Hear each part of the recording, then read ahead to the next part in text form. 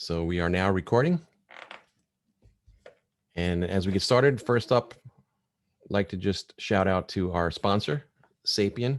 They have a great set of technologies, will help you with your PowerShell Studio and Primal Script, for example, and a few other tools.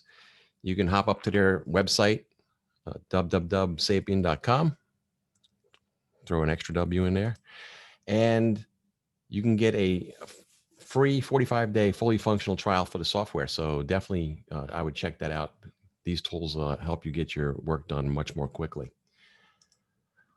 So before we start, I just also want to take a look. Next month, we have Heiko Brenn from Germany. He works at ScriptRunner, and he'll be talking about how to make PowerShell a real solution in 5 steps using the ScriptRunner tool. And you're going to want to check that out. It should be a fun evening talking about some of these new tools.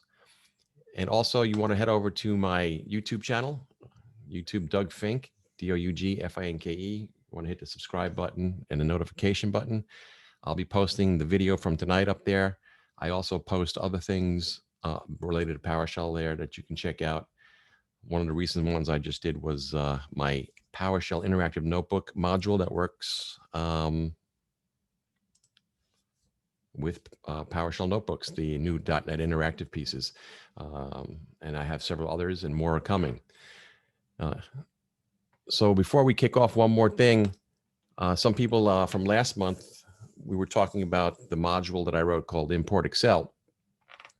And kind shout out to Adam Driscoll as well. He did it as one of his Module Monday tours. He went through a really nice job on going through the module, checking out, doing some different pieces with it and showing how pieces work. Really cool.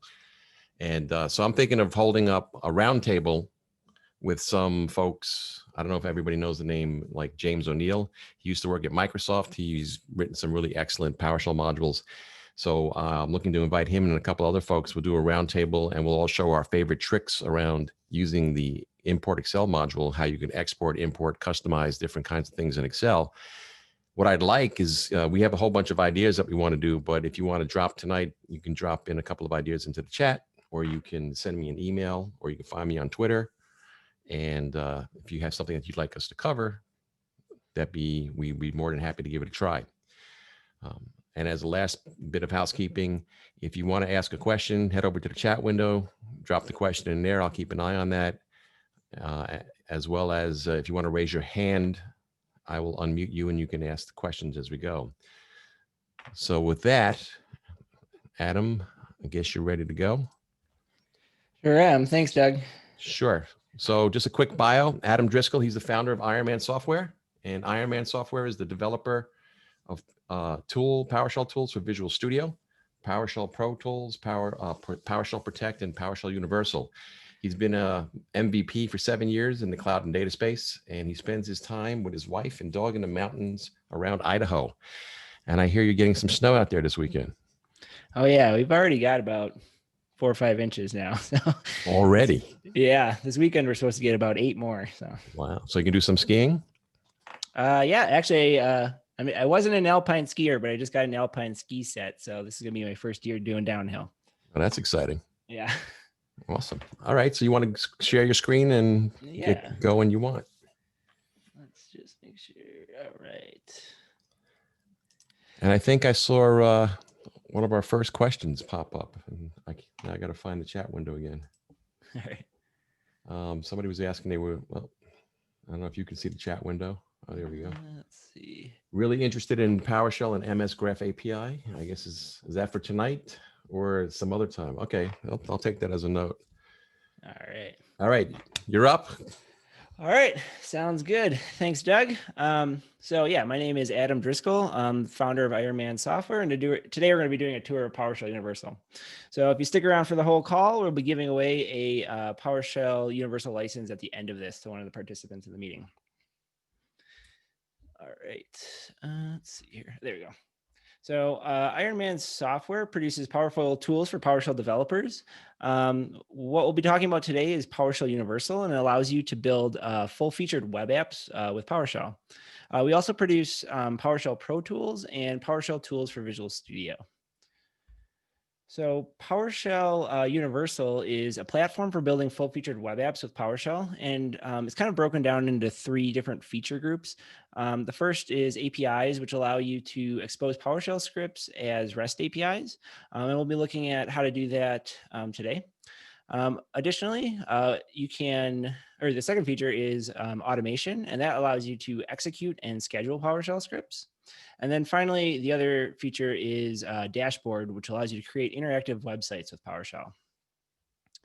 So kind of a bigger rundown on the feature list includes like kind of a breakdown of some of the features that are available for each one of the feature sets. So on the API side, we have static and dynamic routes, multiple HTTP verb support, file uploads and downloads, and even rate limiting. In terms of automation, we have run as support for running as alternate user accounts, scheduling, deep integration with the PowerShell host. So you'll be able to get pipeline output and feedback from the PowerShell host, as well as enter parameters into kind of an auto-generated form. The dashboard feature is kind of taken from PowerShell Universal Dashboard, the PowerShell module, and is now integrated into PowerShell Universal. So this includes both Universal Dashboard Framework V2 and V3. And I'll talk a little bit about the different frameworks today and how you can use each one inside PowerShell Universal. So the dashboard feature is for building custom websites that allow you to create dynamic controls, accept user input via forms and buttons, text boxes, display things with charts and tables. So if you're familiar with PowerShell Universal Dashboard at all, it's going to be very familiar when you see it inside PowerShell Universal.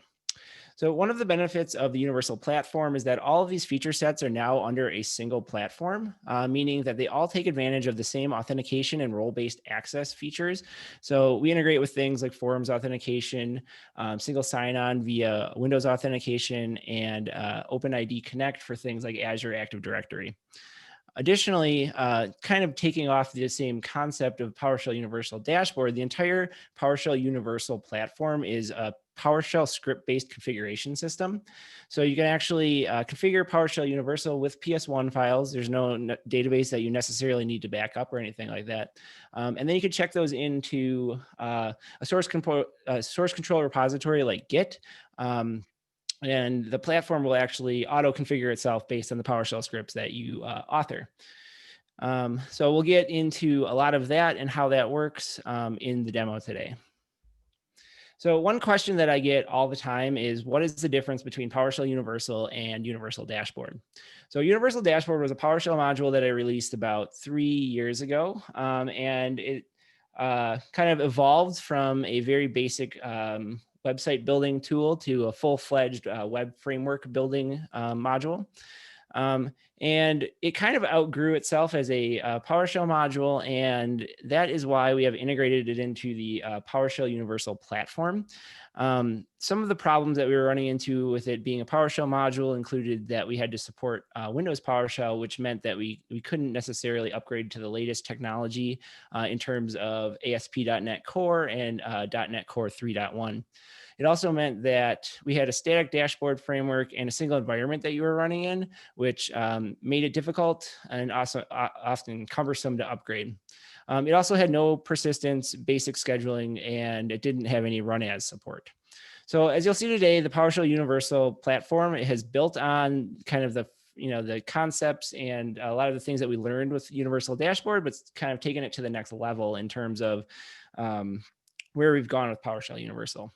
And just one thing to note is that you'll see today, but Universal Dashboard V2 and V3 are included inside PowerShell Universal, and we can actually create dashboards based on those frameworks.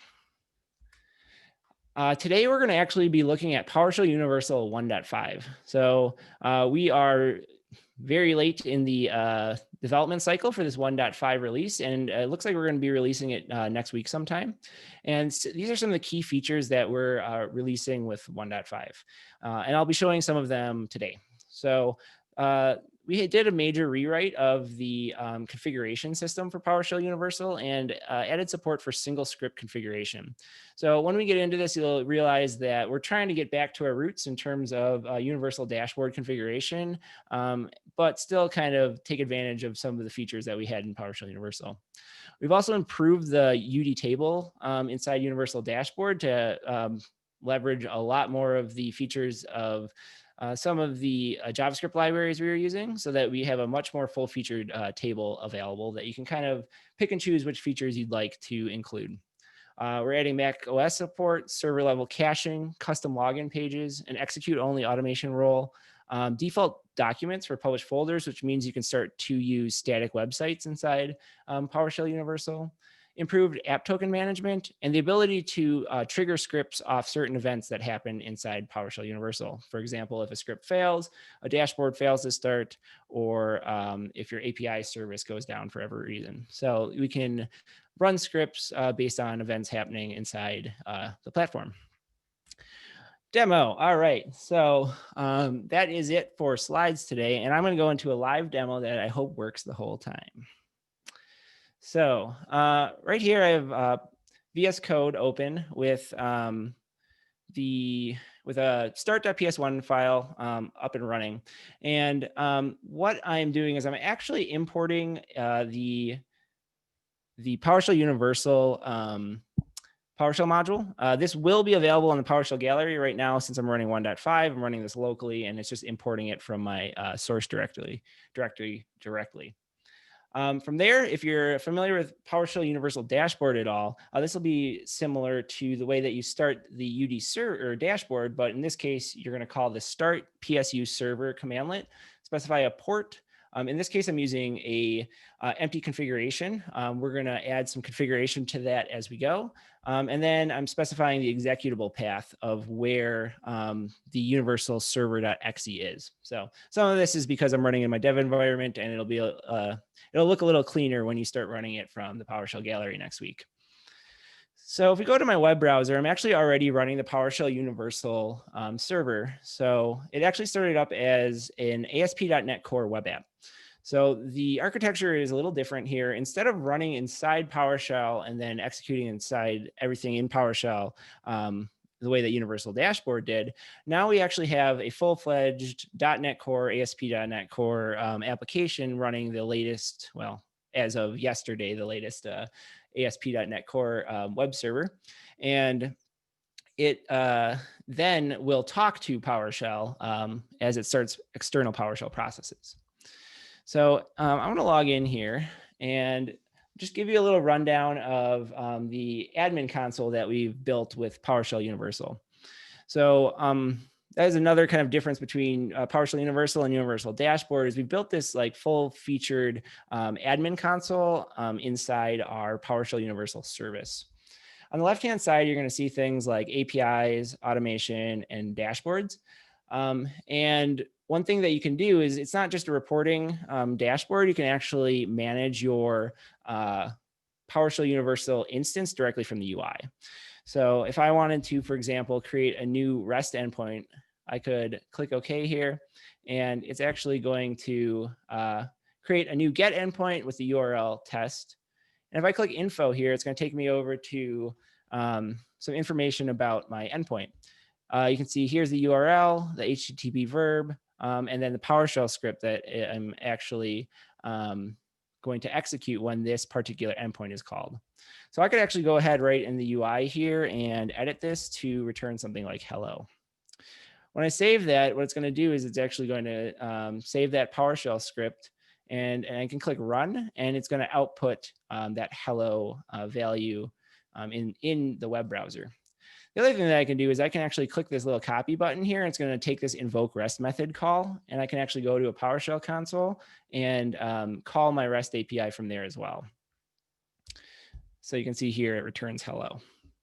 So one of the key concepts of PowerShell Universal is that everything is configured via PowerShell scripts. Well, most everything. We're working towards getting 100%, but we still have some things in JSON.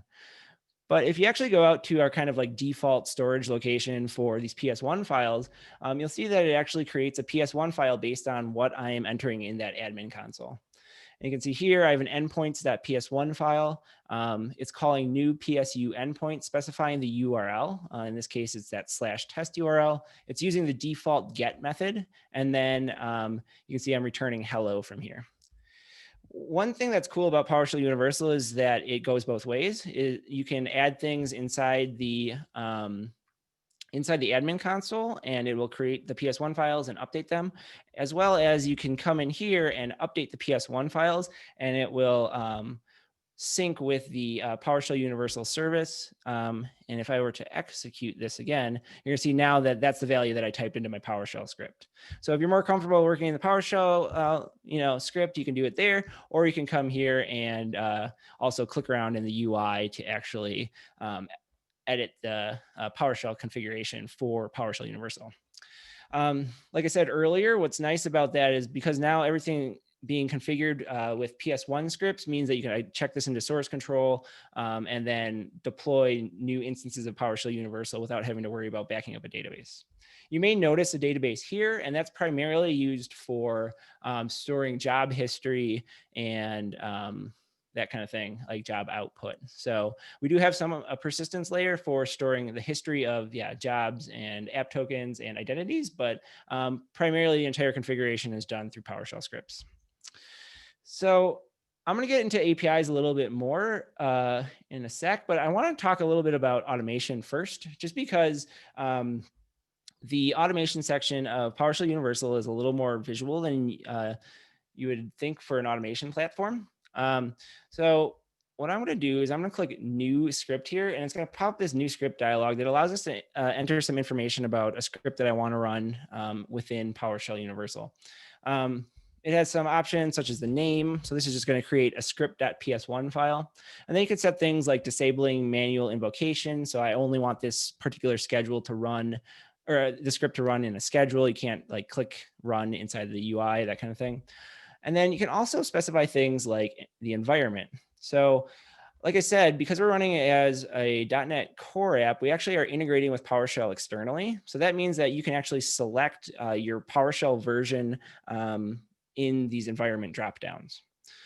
I'm going to show you just what that looks like for a second, just because it's like an important core concept of PowerShell Universal.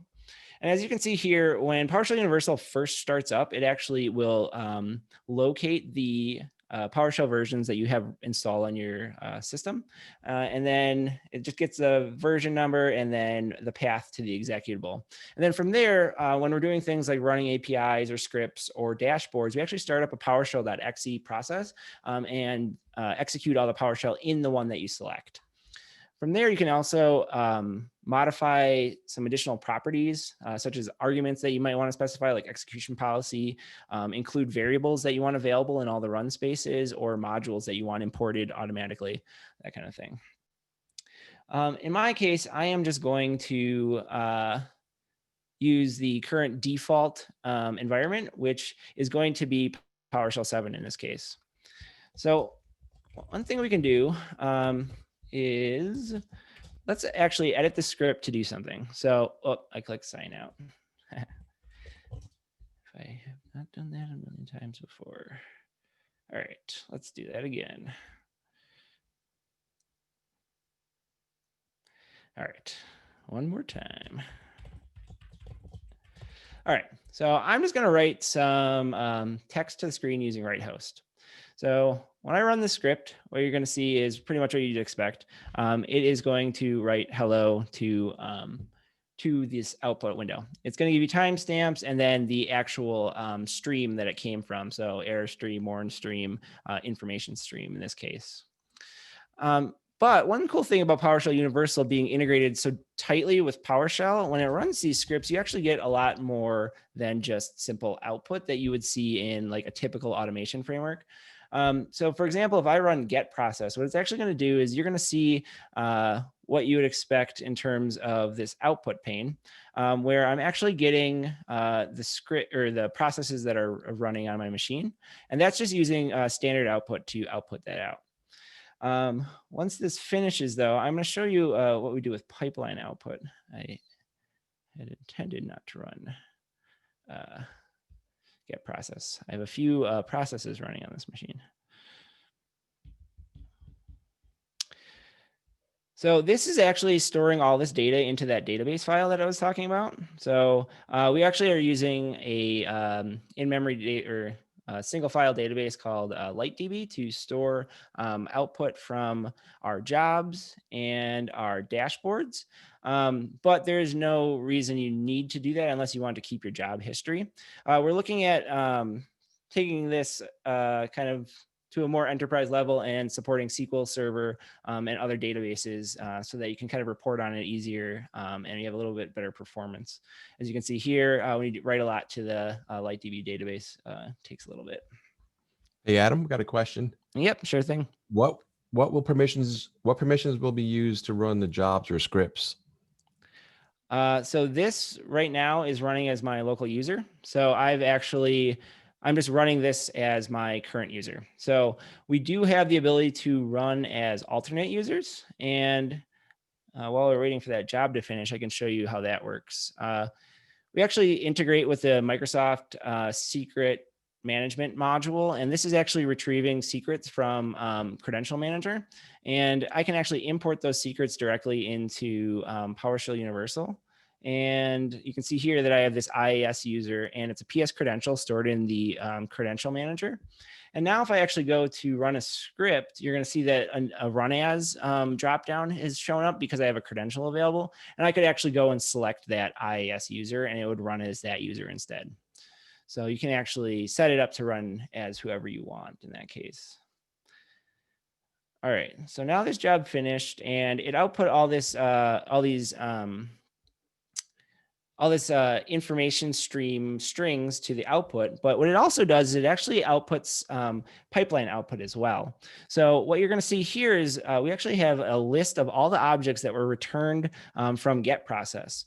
And what PowerShell Universal does is it stores all these as PS or CLI XML in the database file. So you actually can not only can you come in here and see these rich objects and kind of look at the properties of all the objects that were returned from the pipeline, if you integrate with the PowerShell Universal PowerShell module or the REST API, you can return these objects and execute them in other scripts. So if you had a long-running script that collected a lot of stuff, you could store that pipeline output, and then you could retrieve that pipeline output from an API or a dashboard or another automation script. So that's one way we kind of integrate really tightly with PowerShell. Another way this integrates really tightly with PowerShell is the ability to use param blocks. So if I actually put a param block at the top of this script, in this case, I say hello, I save that. And now when I click run, you're going to see there's a new tab called script parameters. And there's a hello text field that I can enter some text. So if I say hello world and run that, it's actually going to pass that value to my script, and you're going to see that world was output because I took that parameter in. So in addition to just like basics text boxes, we also support things like date times and switch parameters. I'll just show you a couple of examples of some of the things that you can do. For example, we have system.dayofweek, which is a numeration value. And if I output this date time.toString and day of week, what you're going to see here is that I'm going to have a little bit more of a complex UI built automatically for me. So now I have this date time selector where I can like select today and it sets the date and time for that. And then I can select the day of the week because those are the values of that enumeration. And now when I execute this, it's actually going to pass those values into my script. And in this case, I'm just echoing them out, but you could, adjust your script based on those parameters. Finally, we also support the ability to define or to kind of integrate into the feedback system inside the PowerShell host. So instead of taking a parameter directly at the beginning, you might have some reason to call read host inside your script. So if I put like a read host call inside my script and saved it, when I run it, I'm not going to have a script parameters tab because we don't have that param block at the top.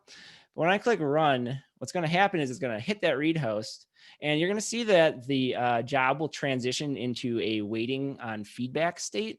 And from there, I can actually click it should be respond to feedback, but response to feedback. And then I can enter some data into this feedback dialog, and it's actually going to pass that back into the PowerShell script. So you could have some sort of system where, your script needs to wait for some sort of approval or something like that.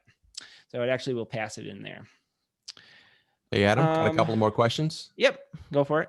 What credentials does the PowerShell Universal service itself run as? It depends how you install it. If you install it under like with the MSI, it's going to be the local system, but you can configure that to run as an alternate user. We also support running an IIS, and then it would just be your app pool user or app pool identity. Can it run as a GMSA in an Active Directory based environment? GMSA. Yeah, I'm not sure what that is. Is it a managed service account? Maybe. Yes. Good. Yeah, you can use managed service accounts if that is what you're. Yep. Group managed service account. Yep. Yep. You can. We have some customers doing that right now. Cool. Got another set of questions from Jim Burley.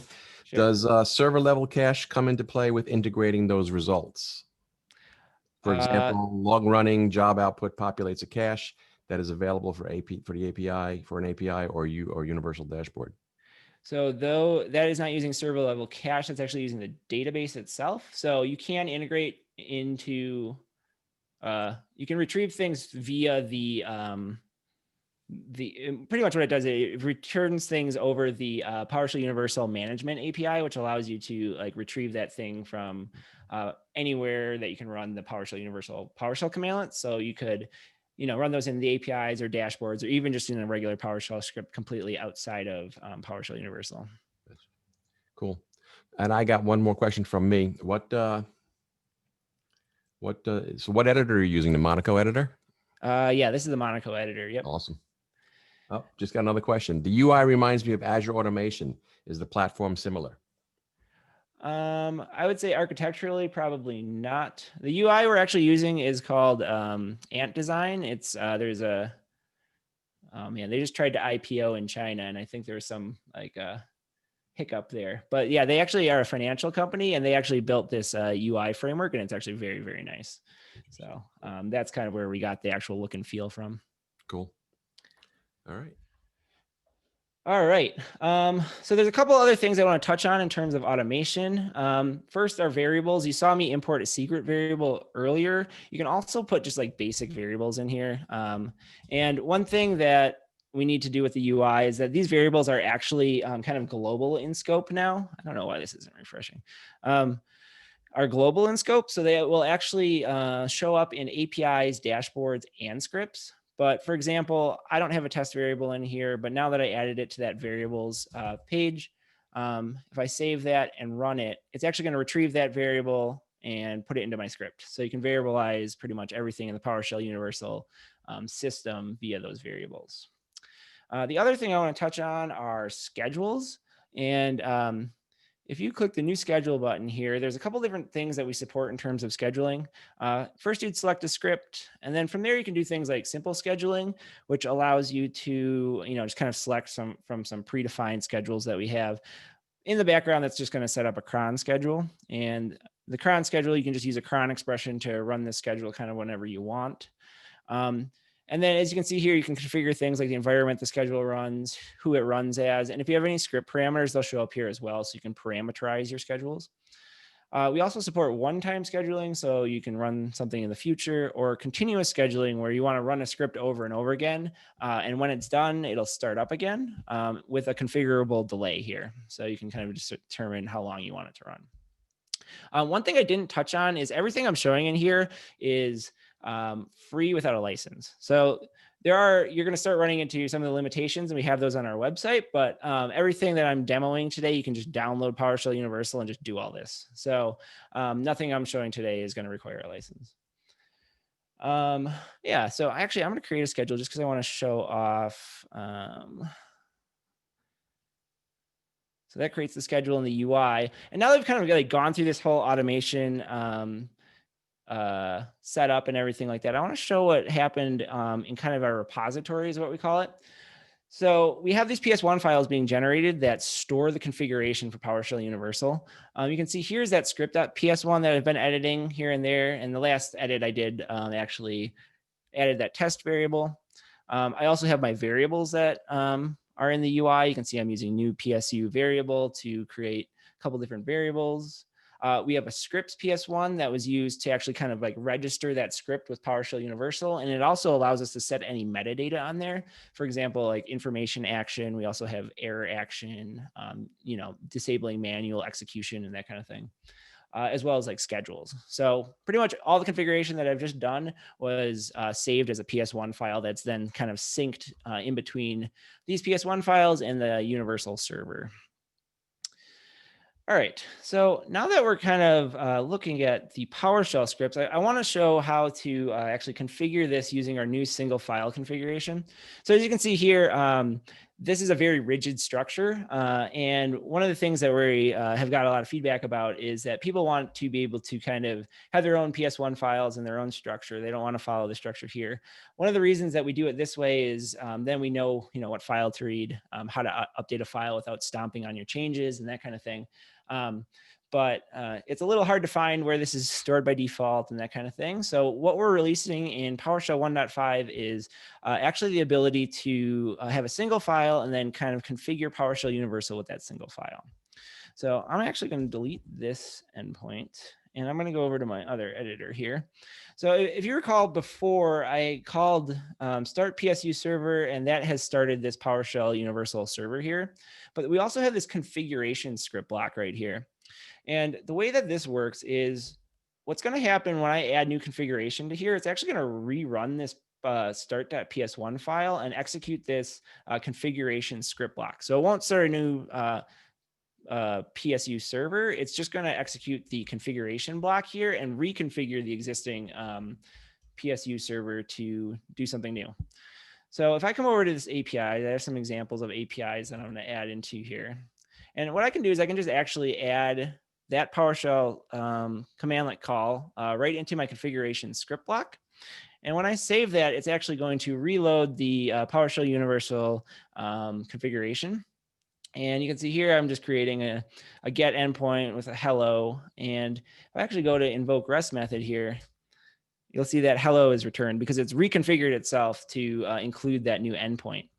If I go to the UI and click this APIs page, you'll see that my API is now showing up in here because it read that PS1 file and now we've reconfigured the server with that. So let's go ahead and try adding another endpoint. So if I add this post method, so yeah, let's add this post method, save that script, and you'll see that since I'm running in debug mode, it's gonna output a lot more information about it reloading the files. But if we actually go back here, you'll see that now my post shows up because I've added that new post method to this endpoint configuration. So you can actually mix and match all these configurations in here. So you can return endpoints from here. You can return dashboards from here, which we'll see in a sec. And then, yeah, so I'm just returning multiple endpoints. So if you've never used PowerShell Universal Dashboard before, maybe this isn't quite that familiar, but we've kind of taken a similar syntax from there to implement the REST API support for PowerShell Universal. And the idea here is that, we have these endpoints that we're defining with PowerShell commandlets, and then a script block that gets called when that PowerShell or that endpoint is executed. In this example here, I'm actually using the HTTP post verb with the URL hello. And then I'm going to echo out the body that is passed into the endpoint. So the body is an automatic variable of the HTTP request that was made that will pretty much just write it back out, because anything you return from this particular script block is going to be returned from the API endpoint. So now if I invoke this REST method, you'll see it's just going to echo hello back. And if I adjust the body, it's just going to echo out whatever I have added into that body parameter of that HTTP call. So what you could do with that is, convert from JSON and, create something in AD or that kind of thing. We do support authentication and authorization for PSU endpoints as well, if you want to lock that down. I'm going to add a bunch more endpoints now, and I just want to talk a little bit about parameterizing some of your endpoints. This is also a concept that we took from PowerShell Universal dashboard and integrated into PowerShell Universal. And it's just different ways to pass data into your endpoints so that you can kind of retrieve particular data or modify data depending on what your user is entering into your endpoint. So now I've added these 3 new endpoints. And if we come over here, you're going to see that my 3 new endpoints are going to show up inside my endpoints table. This first endpoint, what it's doing is it's taking advantage of a variable in the route. So you can see the route here for the URL is process/:ID. Anytime you have a colon prepended on a part of the route, it's going to treat that as a variable. So that means that I can pass in pretty much a variable that will show up inside my endpoint script block automatically. So since I named this ID, I'm going to have an ID variable available to me when the user enters that data. So if I call invoke rest method here, and pass in the PID of the process ID of the current process, it should return the name of that process based on what it's getting from get process here. So if I enter there, you're going to see that I got PWSH returned because that's the name of the process I'm running here.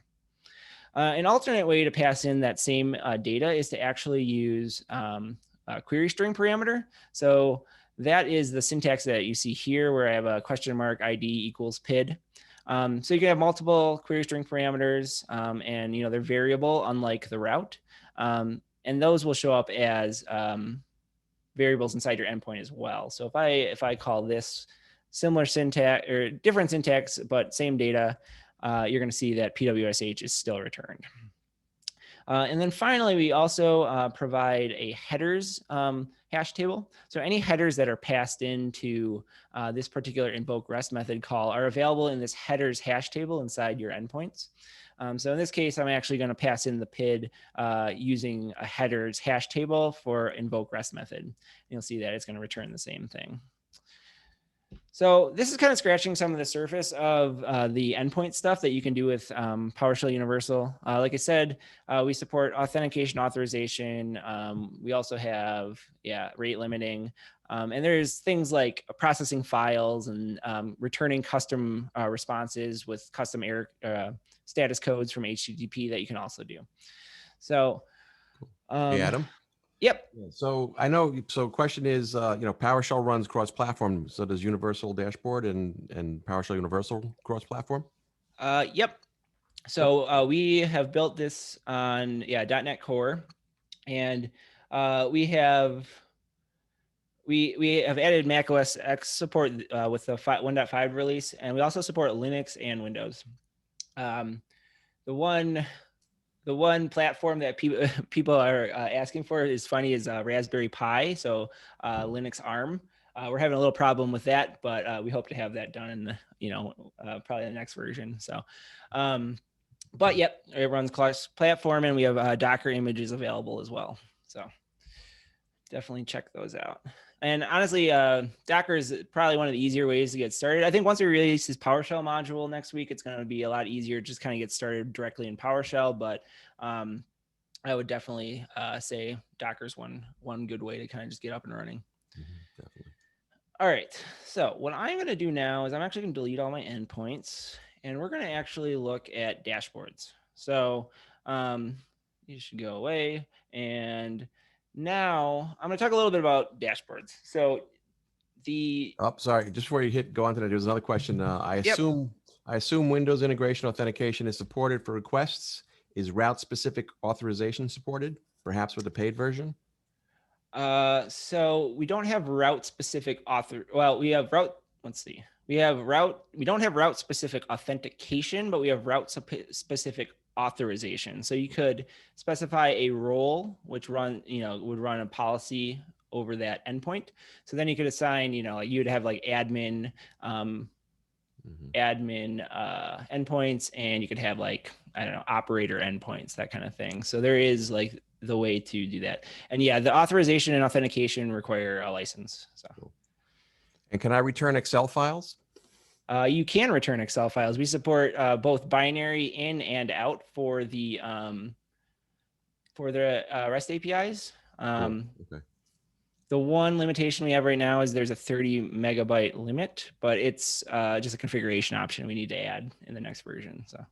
Okay, great. Okay, so I want to talk a little bit about dashboards. So APIs and automation are becoming more and more popular, but by far the dashboard integration is what people use the most. I think a lot of people use Universal Dashboard and are coming over to PowerShell Universal. I will be the first to admit there's been some growing pains getting people up and running on PowerShell Universal. So we're trying to with this single file configuration and some of the backwards compatibility support that we've been trying to put in, make it easier for people to transition from UD 2.9 to PowerShell Universal. But I'm going to talk a little bit about kind of how it works. There are some different concepts when it comes to PowerShell Universal in terms of dashboards, but overall, the concept of authoring a dashboard is very similar. So once we get into that, that should feel familiar to any Universal Dashboard users. First of all, we're looking at the PowerShell Universal Dashboards overview page. You can see here that it's set up to run multiple dashboards. So you can have multiple dashboards running in different environments with different authorizations set up. You could have an unauthenticated dashboard and an authenticated dashboard. You could have a UDV2 dashboard and a UDV3 dashboard sitting next to each other. So let's just do that. So I'm actually going to just add this through the UI, and we're going to start with a V3 dashboard. So what you're going to notice when you add a new dashboard is that you have the name, the URL that you're going to visit to see the dashboard. So this is just going to be like localhost 8080/V3, and it will load this dashboard. I can specify the environment, whether it be 7 or Windows PowerShell, and then I can specify the framework. So this is where I think this is kind of is a little different than Universal Dashboard, is that we support multiple frameworks. The 3.2 framework is the new Universal Dashboard V3 framework that's available. And that is completely rewritten JavaScript front end, and most of the components are different in some way. So the PowerShell commands are definitely different. Universal Dashboard 2.9.8 is actually a fork of the PowerShell Universal Dashboard JavaScript and PowerShell commandlets. So those are actually the same commandlets and same JavaScript. So with some modification, you can get your PowerShell 2.9 running in PowerShell Universal. So I'd say it's still a little rough around the edges in terms of the migration, but with every release, we're trying to make that easier and easier for people to kind of move from PowerShell Universal dashboard, the module, into PowerShell Universal if they choose to. And finally, the latest is just you say, I always want to be on the latest. Every time I upgrade PowerShell Universal, I just want to use the latest version of Universal Dashboard. So we're just going to select the latest for this one. And what you're going to see here is we have a new dashboard created. It's currently not running, but I'm going to click over to this info tab. And you'll see here that we have code for the dashboard, which is going to look very familiar if you're a Universal Dashboard user. And we have some other information like log, components that are installed, that kind of thing. And let's actually go ahead and start this dashboard. So that's actually going to start up a PowerShell process that is going to host the dashboard. And one of the reasons that we opted to do it this way is we had a lot of problems with Universal Dashboard conflicting with PowerShell modules because it was loading all these ASP.NET Core DLLs into PowerShell. So now you have this kind of pristine PowerShell process running in the background that we're communicating with.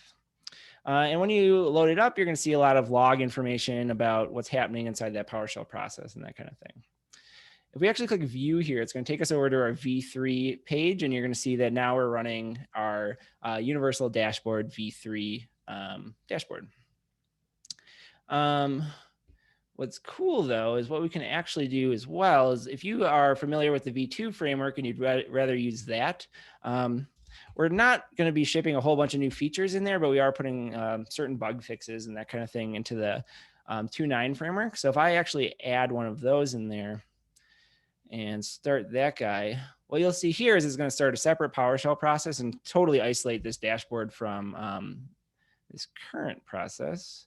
And now if I click view, you can see this is actually running the PowerShell Universal Dashboard V2 framework. So if you've ever worked with PowerShell Universal Dashboard, it's actually running that here. So same JavaScript, same PowerShell command. There's some piping that's a little different, but other than that, you should be able to get pretty close to just migrating your V2 dashboards in here with less and less change every release we make with PowerShell Universal. All right. So I want to talk a little bit about how to author this in more of a PowerShell Universal dashboard experience using that single file configuration. So one thing that I've been having problems with today's build is actually deleting these. So I'm going to try and see if I can get this to actually. All right. So, okay, deleted those dashboards. And what I'm going to do is I'm going to create a new dashboard using the single file configuration. So inside my VS Code window here. So I'm just going to kind of take this basic configuration and put it into my configuration block. So the syntax here is that I have new PSU dashboard, the name of the dashboard, the base URL that I want to use. And in this case, I want to use the root. So you can actually specify this. And if I go to just localhost 8080 now, it'll go directly to the dashboard rather than the admin page. I'm going to use the latest framework. And then within the content script block here, then I'm just going to define my dashboard the same way I would do with PowerShell Universal Dashboard. So if I save that, it's going to, you'll see it's going to refresh this stuff. And I should have a dashboard appear here. And it's marked as running. And I can actually go click view there. And it's going to open up my PowerShell Universal Dashboard. And you can see I have a blank dashboard here ready for me to add some components to. All right, so I'm not going to get like totally into the weeds with PowerShell Universal Dashboard. Just there's a lot of things we can do here. But if you're not familiar with it, pretty much the concept here is that I can pretty much use these PowerShell commandlets. Again, when I release this next week, the PowerShell module will be released in the gallery and you'll get all the IntelliSense and that kind of thing. But for now, I do not have that. But what you can do is you can use PowerShell commandlets to create new components on your dashboard. And you can create static components such as this typography that allows you to use like different header sizes and that kind of thing. Or you can do interactive components like buttons. So I could say, click me, and then I could actually have an on-click event handler that runs. And for example, I could integrate with another PowerShell command like starting Notepad. So once I save that, what's going to actually happen, you're going to see that it's going to reload that PowerShell Universal Dashboard dashboard. And inside my web browser will hopefully, been having problems with this today too. Hopefully restart. And then you can see here, I have my typography of hello and my button click me, which will open a bunch of notepads, as you can see it's opening down here. So yep, you can just kind of integrate with whatever PowerShell script you want. All right, so I kind of want to talk about some of the new features that we're bringing to PowerShell Universal. Well, some of the new features in PowerShell Universal Dashboard v3, as well as some of the new features that we've added in 1.5. So first of all, we have documentation here on docs.ironmansoftware.com that includes a bunch of examples of all the different components that we integrate or provide. And one of those components that we're going to look at today is the form component. And the form component is pretty heavily used. And the idea is that you can create a web form that's a little more custom than what you would see in universal automation, and then get that data from your user, then execute PowerShell script based on what they enter. So if I just copy this new UD form content, what I can do here is just paste that into my dashboard, and then my dashboard should reload. And then we're going to hit that bug where it says it's not running. See if that, So what's happening is it's like refresh. Oh, there we go. Okay. All right, so now we have a form. So I didn't do anything fancy. I didn't put any labels in there or anything like that, but I can enter stuff into this text box. I can check this. And what I just did is I integrated with the toast. So anytime they click this, it's going to actually send that data back to that on submit event handler that I have right here.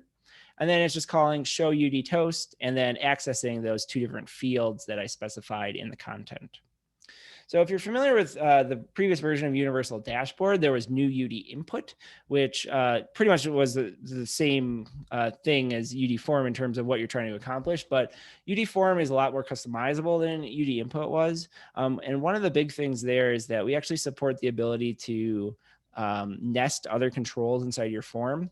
So in this case, I want to, for example, format my form in a way that lays it out a little bit better. So I'm just going to copy this and put it into my dashboard. And this form it has a bunch of different text boxes pretty much. And then it's using the new UD row and new UD column commandlets to lay them out in rows and columns. So that should reload maybe within 5 seconds. There we go. And now you can see that I have this form that I've laid out using the layout controls. So you can actually integrate a bunch of different controls into your form that aren't even related to the form, and your form should still work. So you can, go in and enter your name and click submit, and you'll see that it's popping up those toasts as an example. But, I could have this form send something to Active Directory to create a user or a VM or make a ticket in ServiceNow or something like that. So that's one of the big changes in Universal Dashboard v3 versus v2 is a much more complete form component. The other thing that we've added are new form controls. So we have these standard controls that will work across, within a form and outside of a form. So for example, if I wanted to create a new autocomplete control inside my form, I can actually just change the content of that form to include new UD autocomplete, and I could do something like test and test. Save that form, it'll reload the dashboard, and then I'll have an autocomplete component available in my dashboard within 5 seconds or so. So working on this reload experience a little bit. So now I have this autocomplete component, and you can see I have the values that I specified. And if I start typing, it'll start filtering those, and I can select them and then submit that form and show the output. Another heavily used component, probably even more than the form, is our table. So the UD table, there are two components in Universal Dashboard v2. There was UD table and UD grid.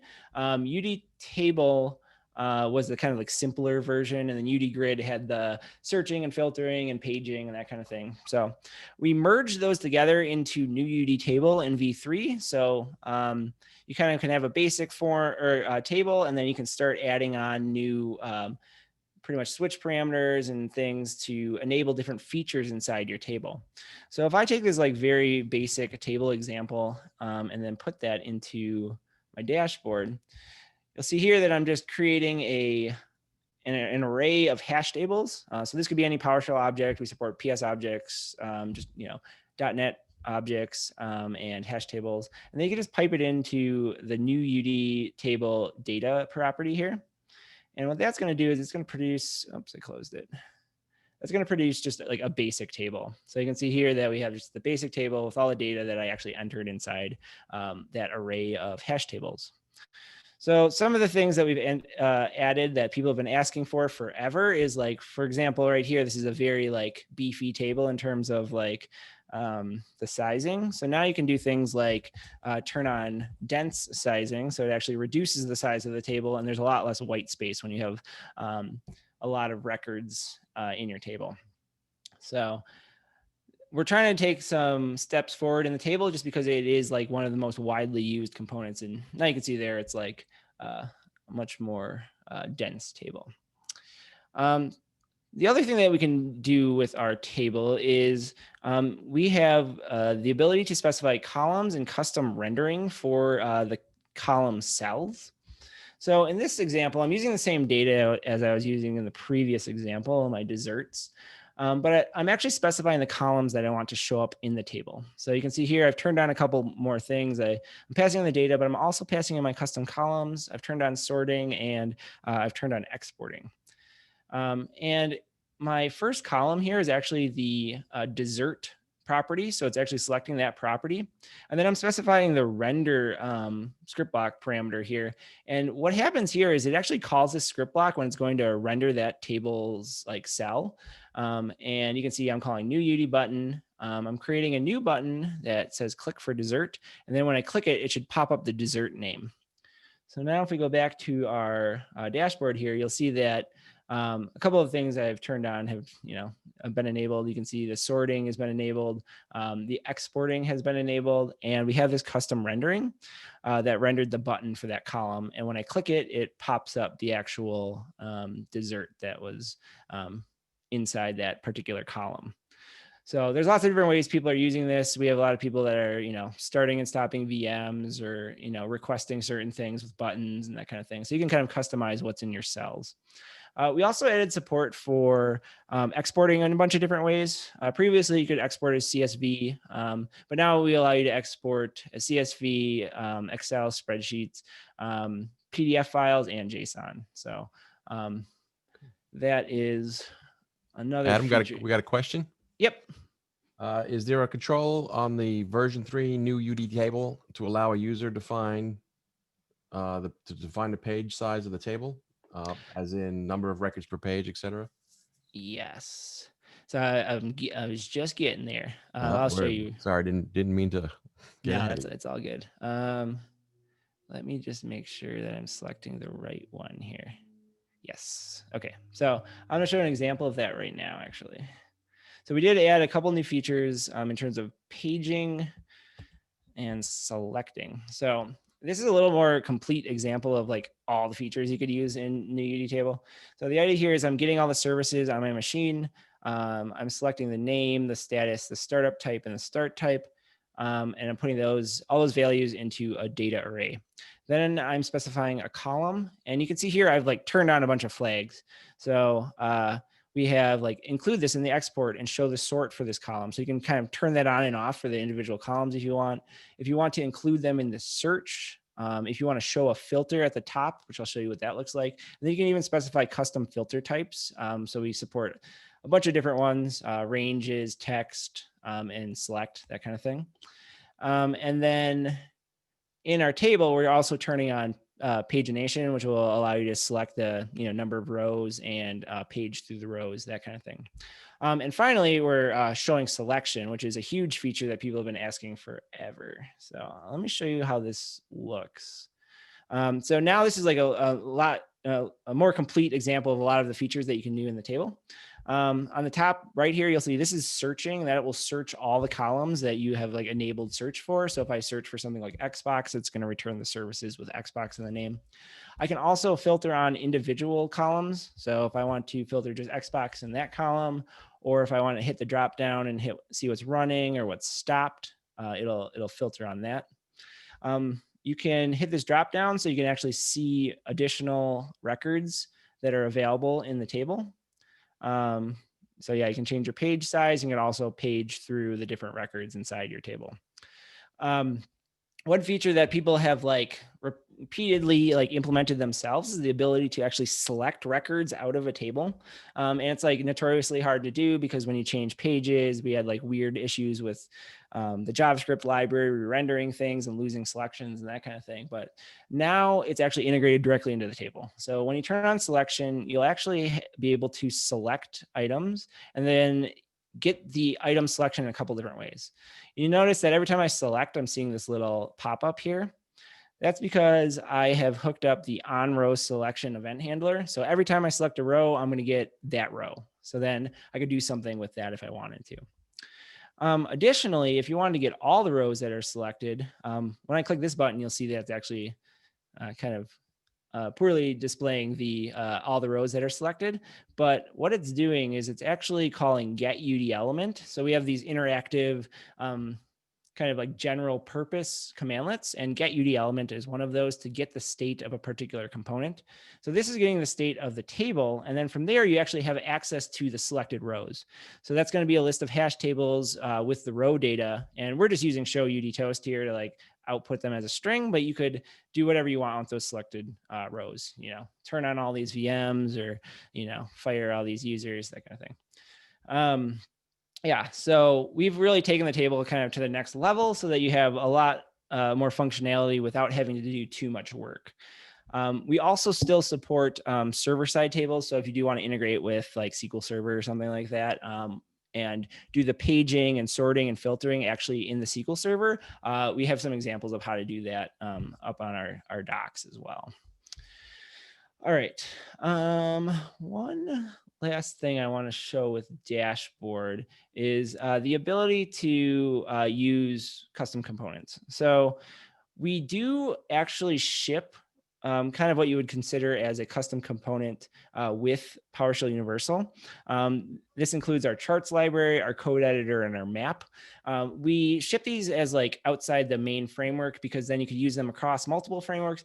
And additionally, it also means that we don't load them automatically. So you kind of have a performance gain kind of thing. So what I'm going to show off is the charts library. So one thing Adam, you'll does that notice when you go, sorry, go ahead. Sorry. Yeah, so with the code editor, that means I can write my own component in your tool to use the code editor and surface Yeah. that to my user? Yeah. So this code editor is the Monaco code editor that you're seeing here. So yep, you could actually host that in your dashboard. Awesome. Yeah. So yeah, we actually support the code editor, the diff editor, that kind of thing, or diff viewer pieces of that. So cool. But what I am going to show off is charts because they're more frequently used than that. And kind of the idea here is when you want to use one of these custom components, what you're going to do is you're actually going to, if you want to do it through UI at least, is click this components view here, and then you could check it and click add, and then it'll automatically import that module when you start up your dashboard. The other thing that you can do is you can go out to the Universal Dashboard Marketplace directly inside PowerShell Universal and then install custom components that people have built for PowerShell Universal Dashboard. And then it'll install those modules, and then they'll be available in this components view as well as inside your dashboard components selector here. But since we're editing this in the PowerShell script, what I'm going to do is I'm going to actually, let's see, I am going to delete my table, and then I'm going to add the new component library. Let me think about this. Yes, did I miss something? Maybe not. I'm not getting IntelliSense, which makes me worried. All right, Universal Dashboard, charts. And then you put a colon and then the version of the charts library that we want. So we'll see if that works. Seems like it did. And then up on our documentation page, you'll find we have this data visualization section. And in the charts section, you're going to find all the charts that are available inside of our charts library. So both of these charts were kind of available in PowerShell Universal Dashboard v2. We have the charts.js library, which is kind of new UD chart if you have ever used that. And then we had the Nevo charts, which were available in the Enterprise Edition, but now those are just kind of included with PowerShell Universal, the charts library. So you can just use those.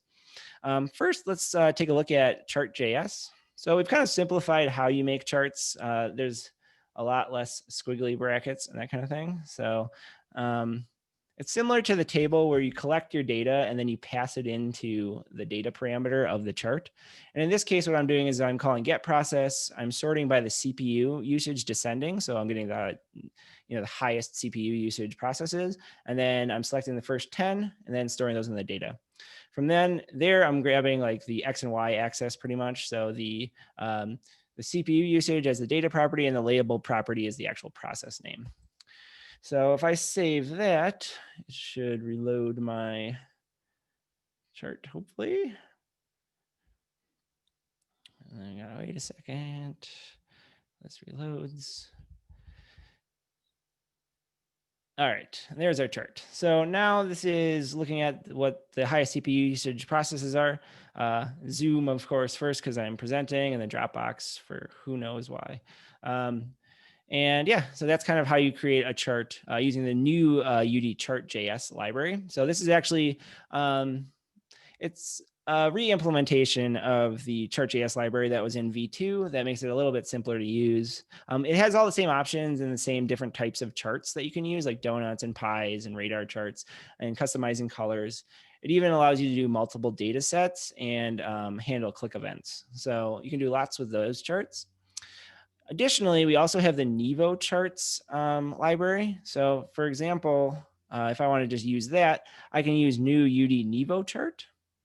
And if I go back to my dashboard here, what this chart's going to do, I'm just creating a bunch of random PS custom objects. So I have a name, so test, which is going to be a get random with a max value of 1,000, and then a value of whatever that random value was. And then I'm just creating 10 of those. Again, I'm storing it in a data property, and then I'm passing it into my new UD Nevo chart and specifying some parameters for like the size of this Nevo chart and that kind of thing. So if we go back here, you'll see now we have our Nevo chart at the bottom here. So people tend to prefer the chart.js charts just because I think they were easier to work with. I think the Nevo charts can look better if you work with some of the parameters, but you have access to both of those charts inside Universal Dashboard v3, and technically you can use these charts in v2 as well. All you have to do is add that component to your components page here. All right, so that is my whirlwind tour of PowerShell Universal. I kind of went over a lot of the new features that were in 1.5. There are a couple things that I didn't touch on, but you might have to check that out when you download it later next week. And like I said, everything I showed off today is definitely free to use. You can just download it and start building these dashboards today. And definitely look out for 1.5 next week. I think that we are going to do a raffle at the end here. So I think, Doug, your idea was to get everyone's email address in the chat. And then from there, we're going to pick a random user, and they're going to get a PowerShell Universal license. And then I'm definitely open to questions. So if you have anything else, definitely put it in the chat, or feel free to raise your hand and ask away. Yep. That was a great demo. Really appreciate it. Yeah, thank you. So if you have any questions, why don't you post them now? We'll get ready for the raffle. And then since I've got you cornered, Adam, I have a couple of questions for you. Yeah, definitely. So if I wanted to take, let's say, use this as a headless capability, and I wanted to use the REST API inside of an Azure function, but then have somebody, hit it with a browser with a bunch of parameters, and then serve back the, the dashboard itself, that should be doable, right? Yeah, it should.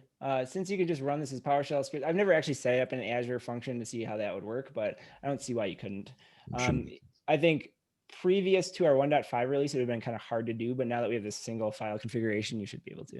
Amazing. Cool. So I don't want to compare products, but I don't know how you say it, but the pod product, PODE, POD. I think you did a Module Monday on that. Mm-hmm. So should I do a Module Monday? I think you did. What? Oh, I didn't do a Module Monday on POD. I considered it. It's like, I'd say it's like a enhanced it's an enhanced version of what Universal Dashboard, the web server was. It does have some view library. It's not quite as like involved as like the React Universal Dashboard library, but in terms of the web server, there's like tons of features that you can integrate with there. In terms of authentication, they have like different routes, and they actually do like TCP servers and that kind of thing. So POD's actually pretty amazing. Yeah. So I guess my question was, because I was using that, I was actually loading that up in a Docker container. And then I was then pulling in, also loading up my import Excel inside of the Docker container, so that I could actually deliver in Docker and then run the Docker piece and expose the 8080, so to speak. And then I was able to use endpoints so that you could look at, well, what Excel files do I have in this folder that I pointed it to?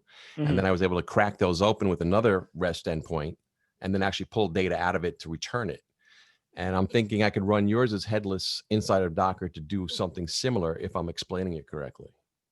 Yep, you definitely could. Yeah, and like I said, we have a Docker image available that you can get on Docker Hub and just pull that and get running if you wanted to. Well, I guess also that I want to be able to take your stuff and create endpoints with your product, right? And then I'll just be calling out to my import Excel to open up files, and then return the data inside of Excel, and then returning that over to REST endpoint. And that should be completely doable. Awesome. Yep, definitely. So it looks like only a few people want to take advantage of the potential free license that you're going to give.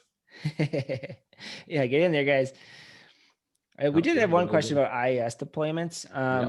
So they were asked if it's been simplified. it is like a long-standing problem that IIS is not simple. We haven't found a good way to make it simple. Everyone's environment seems to be a little bit different. One thing we've done that I ran a poll on the Universal Dashboard forums to see if people would continue to use IIS if we supported Windows authentication outside of IIS. So we did add that functionality in 1.4. So if the only reason you're using IIS is to get Windows single sign-on, you don't have to use IIS for that anymore. You can actually do that via just running it as a Windows service, which could greatly simplify things for people. So yeah, I think the problem is, it's just trying to figure out the best way to deploy to IIS is seems like a never-ending battle. We're trying to make it simpler, but I'm not quite sure how yet. So I'm always open to suggestions. Gotcha. So look, like another question popped up, but there's a bunch of emails ready to be chosen from as well. All right, yeah, I'll get those going. And then I'm interested in using automation for every changes to the part on the code in the version being released next week. So what I just showed today was the 1.5 version of Universal. So there won't be I don't think there's gonna be any drastic changes to automation unless just a couple of bug fixes, if that's what you're asking. I think what you saw today is pretty much what we're gonna be releasing. Grab these.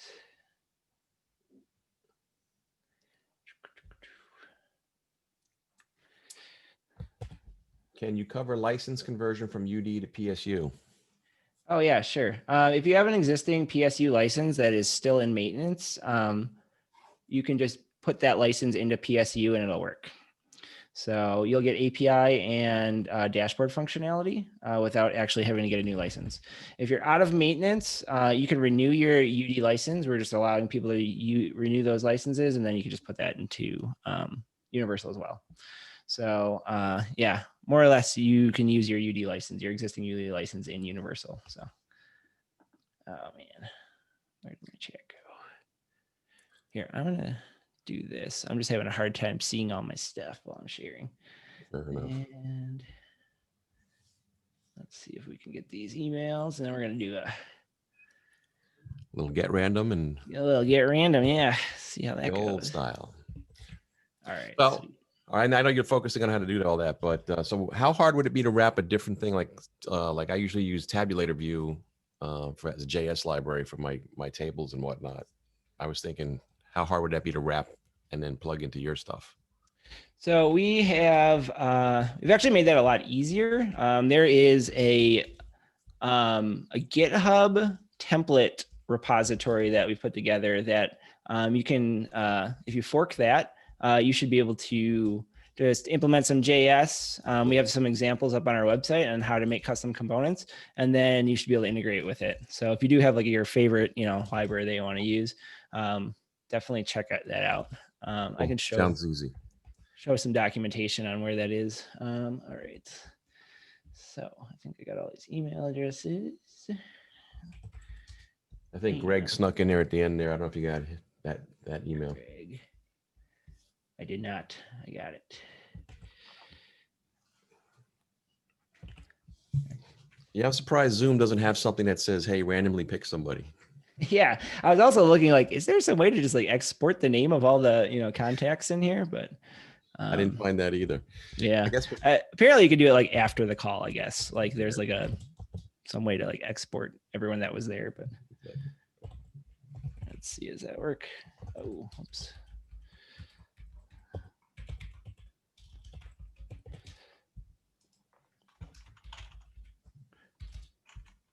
All right. All righty. I'm going to share my screen. We can do this again. And then I keep losing Zoom. All right, there. Share. And share. All right. I have this extremely important script and looks. All right. There's your winner. Congratulations, whoever that is, if they're still on. Yeah. So I will email you a license key after this, and yeah, definitely have fun playing around. And if you do have any more questions, definitely don't hesitate to reach out. we do have the Universal Dashboard forums that are available that people are asking PowerShell Universal questions out on there.